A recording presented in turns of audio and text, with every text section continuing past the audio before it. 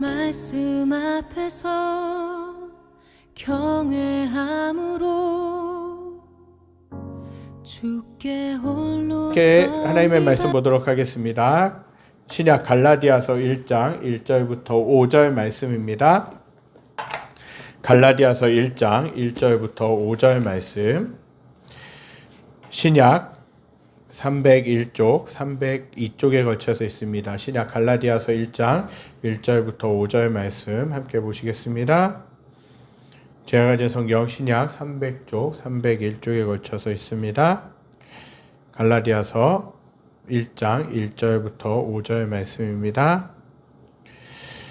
다 찾으셨으면 제가 1절부터 4절까지 몽독해 드리고요. 마지막 5절 말씀만 함께 읽도록 하겠습니다. 사람들에게서 난 것도 아니요 사람으로 말미암은 것도 아니요 오직 예수 그리스도와 그를 죽은 자 가운데서 살리신 하나님 아버지로 말미암아 사도된 바울은 함께 있는 모든 형제와 더불어 갈라디아 여러 교회들에게 우리 하나님 아버지와 주 예수 그리스도로부터 은혜와 평강이 있기를 원하노라. 그리스도께서 하나님 곧 우리 아버지의 뜻을 따라 이 악한 세대에서 우리를 건지시려고 우리 죄를 대속하기 위하여 자기 몸을 주셨으니 5절 함께 읽겠습니다. 영광이 그에게 세세토록 있을지어다. 아멘. 우리가 복음에 대해서 알아가는 것이 너무나도 중요합니다. 계속해서 저는 교회를 개척하고 교회를 섬기면서 늘 고민하는 부분들이 있습니다. 여러 가지 연약한 부분들이 있는데 정말 복음이 무엇인가 늘 고민하면서 씨름하면서 늘 삶 속에서 생각하면서 살아가는 것을 보게 됩니다. 정말 복음이란 무엇인가? 단순히 예수님 믿으세요. 예수님 믿으시면 복 받습니다. 또 예수님 믿으시면 천국에 갈 수 있습니다. 예수님 믿으시면 우리가 구원받고 하나님의 자녀가 될 수 있습니다. 이 단순한 것으로 생각할 수 있는가? 단순한 것으로 그것으로만 설명할 수 있는가 돌아보면 좀 그것만으로도는 다 표현할 수 없는 것이 복음이라는 것도 생각하게 됩니다. 복음에 대해서 분명하게 알아가야지만 우리는 그 복음을 분명하게 붙잡고 살아갈 수 있을 뿐만 아니라 또 다른 사람들에게도 그 복음에 대해서 전해줄 수 있는 것이죠. 오늘 갈라디아 말씀을 우리가 한동안 좀 보게 될 텐데 갈라디아 말씀은 복음의 진수를 담고 있습니다. 한편으로서는 이 짧은 책을 통하여서 바리새인들이 회복되기를 원하는 그 위한 책이기도 하다라는 거죠. 바리새인들은 누구보다 종교적이고 도덕적인 사람들입니다. 흠없이 살아가려고 하나님 앞에서 종교적으로 살아가려고 그렇게 노력한 사람들이라는 거죠. 하지만 결정적인 하나가 부족하다라는 거예요. 그것이 뭡니까? 그들은 구원의 문제, 구원받는 그 문제를 행위에 둔다라는 거예요. 할례를 행하고 안식일을 지키고 모세의 율법을 철저히 지켜야 구원을 얻을 수 있다라고 가르쳤다라는 것이죠. 그들은 구원이 하나님의 은혜로 값없이 온다라는 사실을 인정하지 않았다라는 것입니다. 그들이 입으로는 하나님을 외치지만 정작 그 마음에는 하나님이 없다라는 거예요. 바울이 갈라디아를 떠났을 때 그들이 교회의 선생 자리를 차지하게 되었습니다. 그들이 그 선생 자리를 차지하고 어떻게 했습니까? 그들은 복음 위에 율법을 얹기 시작했다라는 거예요. 예수님도 믿고 율법도 지키라고 그렇게 했다라는 것이죠. 이 말을 요약하면 이렇습니다. 당신이 율법에 대하여 살지 않는다면 당신은 하나님에 대하여 살지 못한다. 즉 당신이 율법을 따라 살지 않는다면 당신은 하나님 앞에서 죽은 것이다라고 그렇게 바리새인들은 가르쳤다라는 거예요. 하지만 사도 바울이 갈라디아 교회를 세우면서 그 교회를 개척해서 섬기면서 진리를 그렇게 가르치지 않았다라는 거예요. 오히려 그 반대로 가르쳤다라는 거예요. 당신이 율법에 대해 죽지 않는다면 당신은 하나님에 대하여 살 수 없다라는 거예요.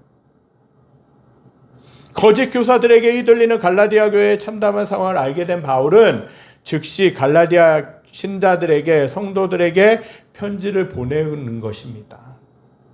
교회를 장악하려는 거짓 교사들의 가르침을 고발하며 참된 복음을 설명했다라는 것이죠. 그렇다면 바울이 가르친 복음은 무엇입니까? 복음은 그리스도의 십자가 죽으심으로 말미암아 우리 같은 죄인들이 값없이 죄사함을 얻는다라는 거예요. 어떤 대가를 지불하거나 내가 구원받기 위해서 어떤 대가를 지불하거나 어떤 행동을 해야지만 구원받는 것이 아니라 예수 그리스도께서 십자가의 죽으심으로 말미암아 우리 같은 죄인들을 값없이 구원해 주셨고 죄를 용서해 주셨다라는 거예요. 또한 하나님이 우리에게 요구하신 완전한 의를 예수님이 우리를 대신에 다 이루셨다라는 거예요. 바울은 자신이 전파했던 참된 복음을 다시 설명함으로써 교회를 어지럽혔던 거짓 교사들의 잘못된 사상을 반박하려고 했다라는 사실입니다. 그렇게 갈라디아서는 다이너마이트라고 할 수 있는 것이죠. 우리에게 참된 복음의 의미와 참된 구원의 안전과 영생의 영원한 생명의 만족을 누리게 하는 기쁨과 자유의 폭발물이라는 것이에요. 하나님이 자기 백성을 복된 삶으로 부르시는 초대장이 갈라디아서라는 말씀입니다. 갈라디아서의 저자는 아까도 말씀드렸지만 바울입니다. 갈라디아서 6장 11절에는 사도 바울이 쓴 것임을 증언하고 있는 것을 보게 됩니다. 내 손으로 너희에게 이렇게 큰 글자로 쓴 것을 보라 라는 것이에요. 갈라디아서를 쓴 저자가 사도 바울이라면 쓰신 자는 누구이겠습니까? 갈라디아 교회 성도들이라는 것이죠. 바울은 갈라디아 지역을 다니면서 그곳에 여러 교회를 세웠습니다. 갈라디아서는 그 교회들에 보내는 편지라는 거예요. 그렇다면 갈라디아서를 왜 썼겠습니까? 무엇 때문에 그 갈라디아서를 쓰면서 그 갈라디아 교인들에게 편지를 보냈겠습니까? 갈라디아 교회의 복음과 관련된 문제가 생겼기 때문에 그 성도들에게 문제가 생겼기 때문에 이 편지를 쓴 것이에요. 그 바울의 대적자들이 바울의 대적자들이 일어나서 바울의 복음을 공격하고 있었다라는 거예요. 바울이 전한 복음에 대해서 반박하며 공격했다라는 것이죠. 이렇게 공격했다라는 거예요. 율법의 행위는 배제한 채 그리스도를 믿는 믿음을 통해서만 의롭게 된다고 가르치는 바울의 교리는 대단히 위험합니다. 그것은 인간의 도덕적 책임감을 치명적으로 약화시키죠. 선행을 전혀 할 필요가 없고 단지 그리스도를 믿는 믿음을 통해서만 받아들여진다면 실제로 그것을 율법을 범하도록 조장하는 것이고 율법 폐기론이라 불리는 지독한 이단이라는 것이에요. 그들은 바울이 전한 복음만 공격하지 않고 오히려 바울의 권위에도 손상을 입히려고 그의 사도권까지도 맹렬히 공격하고 있는 것을 보게 됩니다. 여러분, 바울이 누구입니까? 그가 예수님의 제자입니까? 아니다라는 것이죠. 그는 스데반을 죽일 때 증인을 섰던 자라는 것이에요. 교회를 박해하던 자, 누가 그를 사도로 세웠다라는 것입니까? 예루살렘 공회입니까? 아니면 예수님의 제자들입니까? 전혀 아니라는 것이죠. 혹시 그가 어떻게 사도됐는지를 아는 사람이 있습니까? 한 사람도 없다라는 거예요. 그는 자칭 사도일 뿐이라고 그렇게 바리새인들은 그리고 그 땅에 있는 사람들은 그렇게 사도 바울의 사도권까지도 부정하고 있었다라는 거예요. 바울은 대적하는 거짓 교사들이 갈라디아 교인들을 미혹하고 있다라는 것을 알고 있습니다. 그들의 목표는 하나라는 거예요. 바울의 영향력을 제거하고 자신들이 교회를 장악하려는 것입니다. 그러기 위해서는 첫째, 바울이 심어놓은 복음의 씨앗을 뽑아내야 되고, 둘째로는 바울의 권위를 떨어뜨려야 그 바울이 전한 복음이 무력하게 된다라는 것입니다. 사도도 아닌 무자격자가 엉뚱한 가르침을 참된 복음인 것처럼 그렇게 전했다라는 비난을 하기에 적절한 전략이었다라는 것이에요. 그런데 바울이 누구입니까? 그는 사람들이 자신에 대해 무엇이라고 하든 상관이 없는 사람이에요. 고린도전서 4장 3절에는 사도 바울이 사람들의 반응이 어떻게 상대하고 있는지가 드러납니다. 함께 읽겠습니다. 너희에게나 다른 사람에게나 판단받는 것이 내게는 매우 작은 일이라. 나도 나를 판단하지 아니하노니. 이 말씀이 무엇입니까? 바울은 거짓 교사들이 자신에 대하여 어떤 비난을 하든지 개의치 않는다라는 것이에요. 하지만 바울이 참지 못하는 것이 있는데 그게 뭐냐? 어떤 시기로든 자신이 전한 은혜의 복음이 부정당하는 것입니다. 복음 그 자체가 부정당하는 것뿐만 아니라 그 복음을 전한 자신의 사도직이 부정당하는 것으로도 복음을 충분히 위협을 받을 수 있었다라고 생각했기 때문에 그래요. 이 때문에 바울은 편지를 쓰면서 자신이 전한 복음이 참된 것임을 증명하기 위해 먼저 자신의 사도직을 변론하고 있는 것이에요. 갈라디아서 1장 1절입니다. 함께 읽겠습니다. 사람들에게서 난 것도 아니요 사람으로 말미암은 것도 아니요 오직 예수 그리스도와 그를 죽은 자 가운데서 살리신 하나님 아버지로 말미암아 사도된 바울은. 이 변론에서 사도 바울이 밝히고 싶은 것이 무엇입니까? 첫째, 사도 바울은 하나님이 세우신 사도라는 것이죠. 내가 사도된 것은 내 의지로 된 것이 아니다라는 것을 밝히고 있는 것이에요. 사도는 보내심을 받은 자라는 뜻이에요. 보내심을 받은 자. 그렇기 때문에 예수님은 12제자를 택하셔서 그들을 복음 전도자로 보내신 것이에요. 사도는 주님이 세우셔야 하는 직분이라는 것입니다. 내 의지로 되는 것이 없다라는 것이에요. 둘째로 자신은 사람으로 말미암아 사도가 되지 않았다라고 그렇게 이야기합니다. 세 번역 성경은 사람들이 맡겨서 사도가 되지 않았다라고 번역합니다. 이것은 사도가 되는 과정에 중개인이 개입하지 않았다는 거예요. 중간에 어떤 사람도 개입하지 않았다는 것입니다. 그가 사도된 것은 예루살렘 교회가 임명해서도 아니고 12제자의 추천으로 된 것도 아니라는 것입니다. 그러면 어떻게 사도가 되었습니까? 그것은 예수 그리스도의 부르심이라는 거예요. 그리스도가 바울을 사도로 부르시는 장면이 사도행전 9장에 나옵니다. 바울로 계명하기 전에 사울이었을 당시에 다메섹에 있는 신자들을 붙잡으러 체포영장을 가지고 가고 있었습니다. 그때 하늘에서 밝은 빛이 사울 일행을 비추기 시작합니다. 사울은 그 빛이 비추이자 그 자리에 엎드릴 수밖에 없었다라는 것이죠. 바울이 주여 누구이니까? 라고 묻자 주님이 말씀합니다. 나는 네가 박해하는 예수라. 이것은 바울이 회심하는 사건인 동시에 바울이 사도의 직분을 받는 사건이었다는 것입니다. 바울은 이때를 회개하며 주님이 자신을 직접 부르셨다라고 그렇게 말씀하고 있어요. 왜 이렇게 말하고 있는 것입니까? 이것이 자신의 사도성을 증명하는 결정적인 증거가 되기 때문에 그래요. 다메섹 도상으로 가는 도중에 정말 예수님 믿는 사람들을 핍박하기 위해서 잡아 죽이기 위해서 감옥에 가두기 위해서 가는 그 도중에 어떻게 됩니까?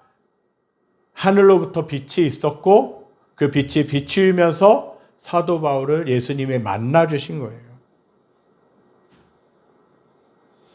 그러면서 사울을 예수님이 부르신 것이에요. 사도가 되려면 부활하신 주님을 목격해야 된다는 거예요. 사도 중 하나였던 가룟 유다가 죽자 제자들은 그를 대신할 사도 한 명을 세웁니다. 사도행전 1장 22절입니다. 우리 함께 읽겠습니다. 항상 우리와 함께 다니던 사람 중에 하나를 세워 우리와 더불어 예수께서 부활하심을 증언할 사람이 되게 하여야 하리라 하거늘. 사도의 자격을 이렇게 제안했다라는 것이에요. 바울도 자신이 예수 그리스도를 눈으로 보고 귀로 들었다라고 그렇게 증언하고 있는 것입니다. 그렇게 사도는 초대교회에만 있었던 한정적인 직분이라는 것이에요. 아직 신약 성경이 없던 시절에 그리스도의 증인으로서 존재했던 직분이에요. 지금은 사도라는 말이 없다라는 거예요. 사도라는 직분이 없는 것이에요. 사도들이 헌신하여 성경을 기록한 뒤에는 더 이상 존재하지 않는 직분입니다. 신약 성경에는 사도들이 자신들의 뒤를 이어서 사도직을 승계할 사람을 세웠다라는 기록이 없어요. 따라서 바울이 자신을 사도라고 주장하는 것은 의미심장한 단어라는 것입니다. 그렇지 않다면 자신의 증언은 유류가 없는 복음이 아닌 그저 예수 그리스도에 대한 의견일 뿐이기 때문에 그렇습니다. 사도는 자기가 원해서 되거나 사람들이 시켜서 되는 것이 아닙니다. 오직 주님이 불러 세우신 사람이어야 된다라는 것이죠. 바울은 자신이 그렇게 사도가 되었다라고 증언하고 있습니다.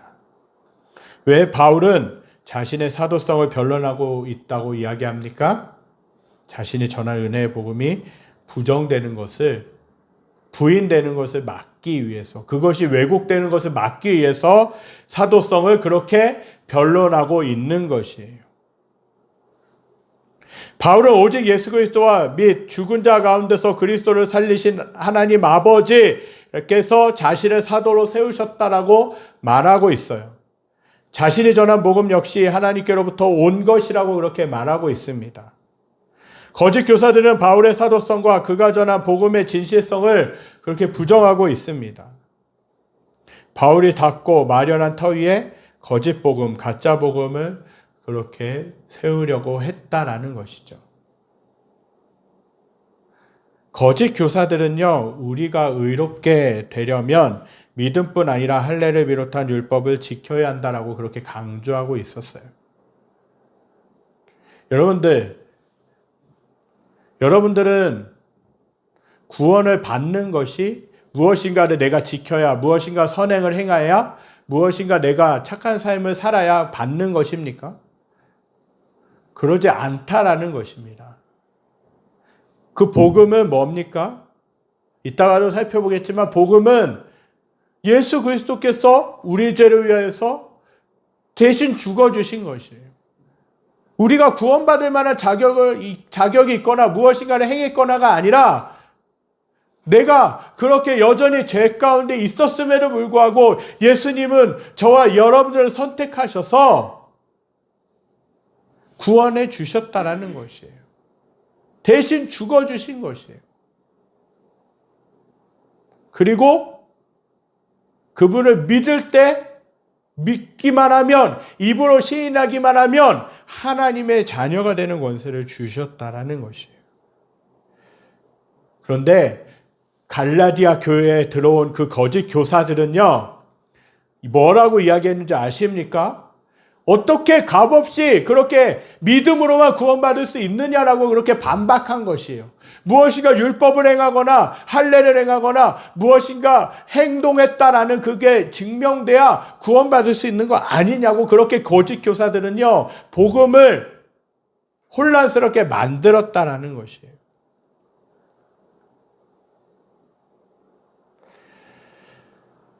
그렇게 거짓 교사들은 그 갈라디아 교인을 미혹했다라는 것이죠.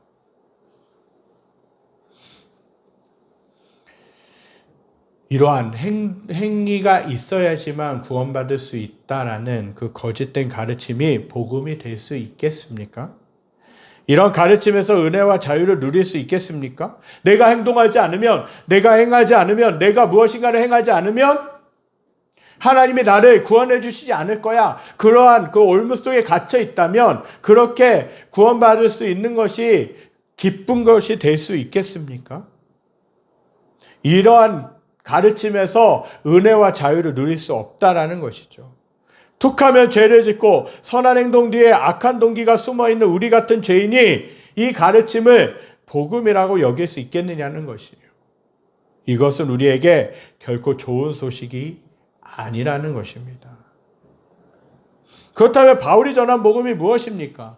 복음이 무엇이기에 그가 이토록 지켜내려고 안간힘을 쓰면서 갈라디아 교회 성도들에게 그 편지를 보냈겠습니까? 복음이 무엇이냐고 물으면 100이면 100 사람마다 대답이 다 다릅니다. 복음의 정의만큼 혼돈의 안개 속에 쌓여 있는 것이 없다라는 것이죠. 어렴풋이 알고는 있지만 구체적으로 정의하기가 딱 복음이란 무엇인가 구체적으로 한 문장으로 딱 정의하기가 어렵다라는 것이에요. 복음에 대해 자세히 설명해 보겠습니다. 복음은 영어로 good news라는 것이에요. good news. 말 그대로 좋은 소식이라는 거예요. 예수님이 우리 죄를 대신해 죽으시고 우리를 구원하셨다는 놀라운 이야기라는 거예요. 이 단어, 이 문장의 의미는 맞습니다. 하지만 엄격하게 이야기하면 절반만 맞다라는 거예요.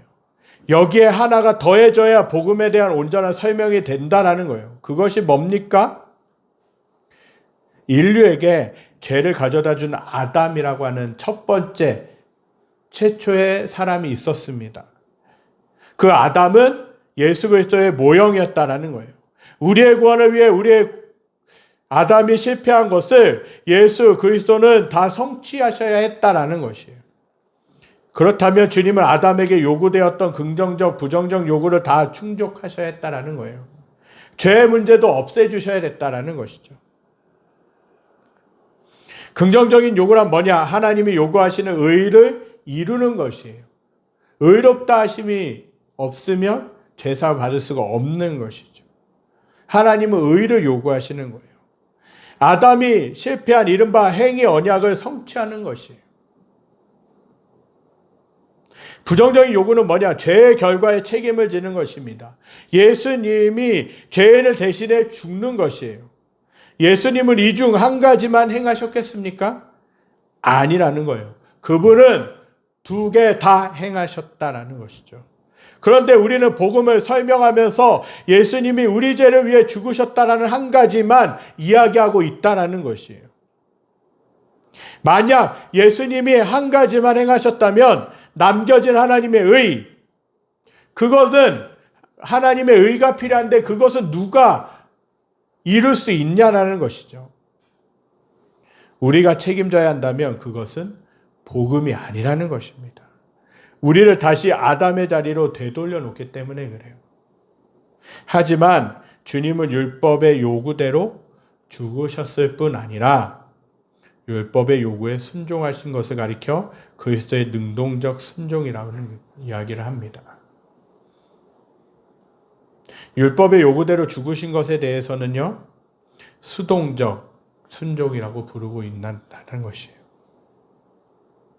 이렇게 주님이 우리가 구원을 받기 위해서는 주님이 우리 죄를 대신해서 죽으신 그 죽으심과 하나님의 의를 이루기 위한 순종이 합해져서 우리가 구원받을 수 있다는 거예요. 예수님이 그 두 가지를 다 행하셨기 때문에 우리가 그 예수님을 믿으면 어떻게 되는 것이에요? 구원받을 수 있는 것이에요. 이 두 가지를 온전히 이해할 때 대신 우리 죄를 위해서 죽으신 것과 하나님의 의를 이루기 위한 순종이었다는 것을 두 가지를 이해할 때 우리는 복음이 무엇인지 말할 수 있고 우리의 구원이 어떻게 이루어지는지 알게 된다는 것이에요.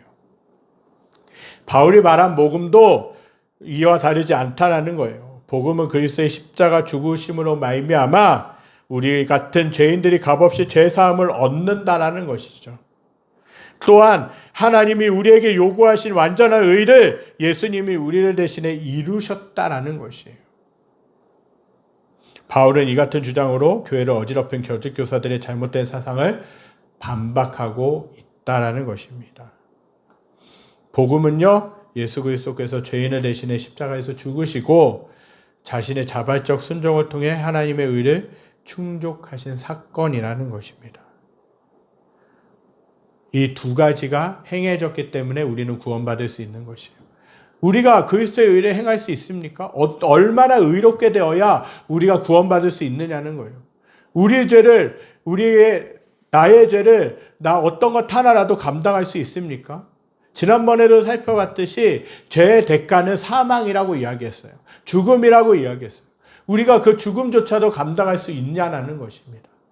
그런데 감당할 수 없는 것이죠. 그런데 예수님은요, 이 두 가지를 다 감당하셨다라는 것이죠. 뭡니까? 죄인을 대신해서 죽으셨습니다. 그리고 하나님에 대한 완전한 의를 이루셨다라는 거예요. 이 두 가지 사실을 저와 여러분들이 꼭 기억하실 수 있게 되길 간절히 소망합니다. 그래서 어떠한 상황 가운데서도 복음을 분명하게 알므로 말미암아 어떠한 것이 온다 할지라도 어떠한 유혹이 온다 할지라도 흔들리지 않고 그 진리 위에 세워질 수 있게 되길 간절히 소망합니다. 이제 다음에 이제 3월에는 그 복음에 대한 구체적인 것에 대해서 더욱더 좀 살펴보길 원합니다. 이 시간 그 하나님께 찬양드리며 나가겠습니다. 다시 복음 앞에 서기를 원합니다. 우리가 복음에 대해서 다시 배워야 됩니다. 한 번 들었다고 그것이 예수를 믿는, 예수님만 믿는 그 티켓으로만, 구원받는 그 티켓으로만 생각하는 것이 아니라 우리가 이 복음을 붙잡고 살아갈 때 어떠한 이단이 와도 어떠한 거짓 진리들을, 거짓 말씀들을 선포하는 그 사람들이 온다 할지라도 우리는 흔들리지 않고 나갈 수 있습니다. 우리 이 시간 그 주님께 찬양드리며 나가겠습니다.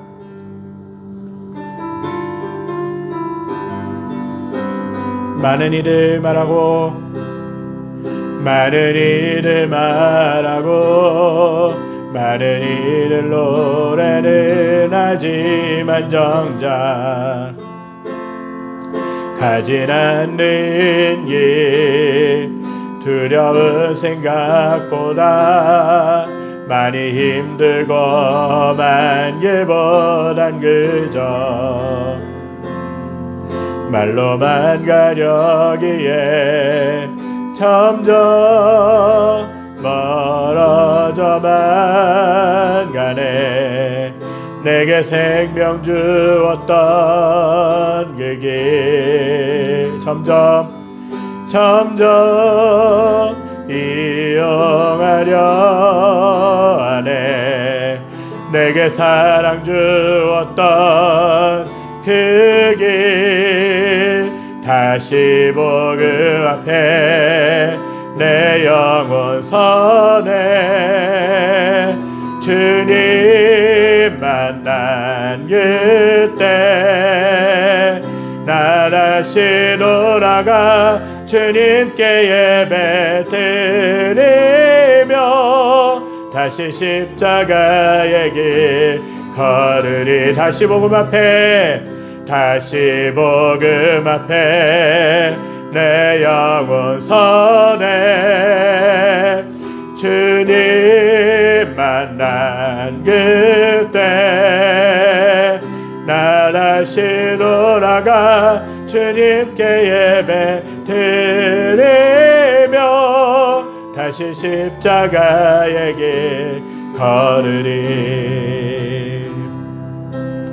우리가 구체적으로 오늘 갈라디아서 초반의 말씀을 살펴보면서 왜 바리새인들이 그 갈라디아 교인들을 위협하고 있고 그렇게 거짓 복음으로 거짓 진리들로 위협하고 있고 그렇게 설득하고 있는지, 또 바울이 그 소식을 듣고 왜 갈라디아 교인들에게 이 편지를 쓰고 있는지에 대해서 살펴봤습니다. 거짓 교사들은요, 복음의 진리를 흐트러뜨리고 하는, 혼미케 하려고 하는 사람들은요, 율법이 있어야지만, 무엇인가를 지켜야지만 우리가 구원받을 수 있다라고 한 거예요. 말씀을 믿을 뿐 아니라 믿는 것으로만 끝나는 것이 아니라 무엇인가를 행해야지만, 무엇인가 선한 행동을 해야지만, 하나님이 원하시는 행동을 해야지만 구원받을 수 있다고 가르쳤습니다. 그러나 사도 바울은요, 복음을 그렇게 가르치지 않았다라는 것이에요. 나중에도 살펴보겠지만 우리가 예수님을 믿고 난 다음에 우리가 성숙한 하나님의 자녀로 거듭나기 위해서, 하나님의 자녀로 변화되기 위해서 우리가 선한 행동을 해야 되는 게 맞아요. 말씀을 통해서 선한 행동을 해야 되는 게 맞아요. 그러나 구원받기 위해서는, 하나님의 자녀가 되기 위해서는 예수 그리스도를 믿는 그 믿음, 그분이 나의 죄를 대속해 주셨다, 그리고 의가 필요한데, 하나님 앞에서 의로운 삶이 필요한데 그것을 대신 이루어 주신 분이 누구냐? 예수 그리스도 한 분이시라는 거예요. 그것을 믿을 때에 우리는 아무런 조건 없이 하나님의 자녀로 받아들여질 수 있는 것이에요. 무엇인가 행해야지만, 행동해야지만 구원받을 수 있다. 그 혼란남들, 그 거짓 복음들을 버리시고 복음 앞에 다시 한번 설 수 있게 되길 간절히 소망합니다. 그 복음으로 더욱더 살아가실 수 있게 되길 간절히 소망합니다. 복음을 배워가면서 복음이 무엇인지에 대해서 알아가면서 그 복음으로 온전히 무장하고 그 복음으로 진리로 무장하여서 우리가 세상 가운데서도 담대하게 그 믿음을 가지고 살아가실 수 있게 되길 간절히 소망합니다. 기도하겠습니다. 하나님, 갈라디아 교인들에게 애써 헌신하면서 그렇게 노력하면서 기도하면서 말씀을 가르치면서 사도 바울이 세워놓은 갈라디아 교인들에게 거짓 교사들이, 거짓 진리들을 가르치는 그 교사들이 들어와서 무엇인가 행동해야지만, 하나님을 기쁘시게 하는 행동이 있어야지만 구원받는다라는 그 메시지를 선포하면서 갈라디아 교인들을 어지럽히고 있었던 것을 보게 됩니다. 그럴 때에 이 소식을 듣고 사도 바울은 갈라디아 교인들에게 편지를 쓰면서 진정한 복음이 무엇인지, 우리가 붙들어야 될 복음이 무엇인지에 대해서 가르쳐주며 우리가 어떻게 살아가야 되는지에 대해서 가르쳐 주었던 것들을 보게 됩니다. 하나님, 우리가 이 말씀들을 보면서 복음이 무엇인지, 복음이 어떠한 역할을 하는지 분명하게 우리 마음속에, 우리의 생각 속에, 우리의 삶 속에 새겨 넣을 수 있도록 인도하여 주시옵소서. 여전히 이 세상 가운데서 많은 이단들이 있고 정말 진리들을 계속해서 미혹시키려고 하고 혼란스럽게 하려고 하는 많은 종교들이 있는데, 하나님, 우리가 그 속에 속아 넘어가고 정말 그것에 넘어가는 것이 아니라 오직 진리의 말씀만 붙들고 진리의 말씀만 배우면서 그 말씀이 우리들을 세워가기에 부족함이 없도록 인도하여 주시옵소서.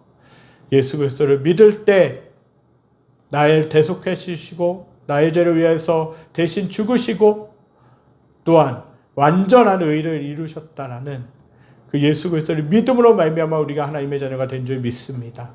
하나님, 이러한 믿음 위에 우리가 서가게 하여 주시고 이러한 믿음을 굳게 잡고 정말 하나님의 자녀답게 살아가는 놀라운 삶이 될 수 있도록 인도하여 주시옵소서. 우리가 계속해서 복음을 알게 하여 주시고 정말 복음을 알고 복음의 감격에 다시 한번 빠지게 하여 주시고 그 복음으로 우리들의 삶이 다시 한번 세워지는 놀라운 역사가 일어날 수 있게 하여 주시옵소서. 여호와는 내게 복을 주시고 너를 지키시기 원하며 여호와는 그 얼굴을 내게 비추사 내 베푸시기 원하며 여호와는 그 얼굴을 내게로 향하여 드사 평강 주시길 원하노라. 이제 우리 주 예수 그리스도의 은혜와 하나님의 무한하신 사랑하심과 성령의 감화감동 교통하심의 역사가 정말 복음에 대해서 진정으로 다시금 배우고 다시금 알아가며 복음의 사람으로 살아가기로 결단하는 사랑하는 성도들 머리머리 위에, 그들이 속한 직장과 가정과 모든 삶의 터전 위에 여러 가지로 신음하고 아파하고 위기 가운데 있는 이 나라와 이 민족과 전 세계 모든 열방 위에 지금부터 영원까지 함께 계시기를 간절히 축원하옵나이다. 아멘.